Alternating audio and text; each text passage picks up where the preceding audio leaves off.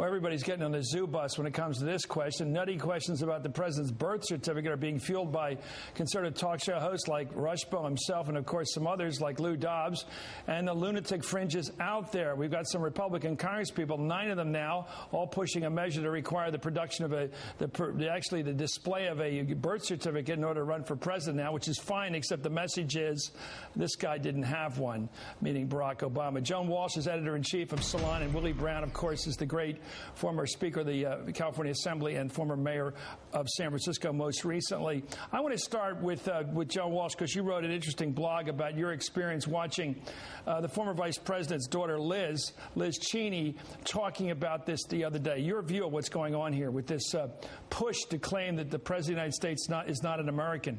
Well, I think it's really just despicable, dirty politics, Chris. And I was shocked watching Liz Cheney. She was shown that same clip that you just showed, and she was asked to separate herself from them, and she refused. She went on to say that the problem is that people are really uncomfortable with this president who doesn't seem comfortable defending our country overseas. And she went on and on about it. I've never seen our friend James Carville speechless. He was briefly, and then he got back in the game and said what I deeply believe, which is that she and other reputable people in the Republican Party are using this lunatic fringe. They're playing to it. They're playing to the most dirty, disgusting elements of American politics for their own reasons, because they are trying to delegitimize the president. And I don't know that it's working, but lately with Lou Dobbs, with Liz Cheney, with that crazy at the Mike Castle rally, it's spreading. Something's going on here. Well, Mr. Campbell from California did sort of go through a road to Damascus with us the other night. He finally got around to saying that, in fact, he believes the president is, in fact, one of us, an American. He did better. I must say, he did better than Liz Cheney. Now, in response to my blog post, Politico got a hold of Liz Cheney, and she said today, not last night in front of a large national audience, but today, I think he has every right to be president. You know, mighty white of you, Liz. That's really good that you think he has the right. I think it's outrageous, the pandering that's going on. Well, Mayor Brown, what do you make of this? This is a new low. I thought a new low was when they tried to make Michael Dukakis, who was the son of immigrants, sort of de-Americanize him back in '88 by making him seem alien. They're almost declaring this guy an undocumented alien, these people. Yeah.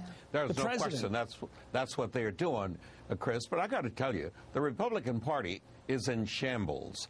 Quality people among the Republicans really should step up to the plate and begin to denounce these lunatics, these people who are, in fact, taken away from all of the glory that at one time was with the Republican Party. When you had people like Nelson Rockefeller, when you even had the Senator Goldwater from Arizona, you've had some incredible, outstanding Americans who were Republicans. It seems to me Newt Gingrich, John McCain, the governor of Minnesota, the governor of Florida, and the former Vice President Cheney really should step up to the plate and denounce this lunatic fringe. They don't need to say anything directly about Obama. The American people have already said that by making Mr. Obama their president. But these lunatics need to be put in their place. What do you make of Senator Shelby joining this bandwagon the other day? The zoo train, actually, is what it is. Senator Shelby of Alabama has been on this program many times, and I'm going to give him a chance to talk about this whenever he wants. But why would he join those who actively now question the president's Americanism? Meaning, is he, in fact, a native-born American president? He's actually joining this. In fact, the 9 Republican congressmen have all joined this.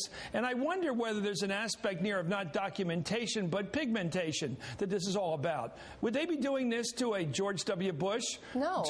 Would they be doing it to a Ronald Reagan, somebody who's white? Would they be doing it to somebody who's sort of been around a while? I mean, what's the point of this if it isn't to bring into question almost your ethnic Americanism, your basic being one of us? No, you're absolutely right. I mean, John McCain was born in Panama. Questions could have been raised, but they really wouldn't. Democrats wouldn't do that, you know, and his Republican colleagues, of course, wouldn't do that. Well, that would be a technical thing if he was. I know. I think it's worse here. Of course. I think it's worse here. It's much worse here, but he, you know, and he's completely legitimate, and I'm not questioning that. I'm just saying there was actually sort of a technical question there. It was never raised. I think it's very deep. I think it is racial. I think that the whole birther nonsense, it's primordial. It lets you talk about his father, a Muslim. It lets you use the name Hussein, which is scary. I'll go farther, since it's late night hardball, and I'll say it focuses you on the status of his birth, which was to a white mother and a black father. So it even gets you into the taboo of interracial sex for the crazies.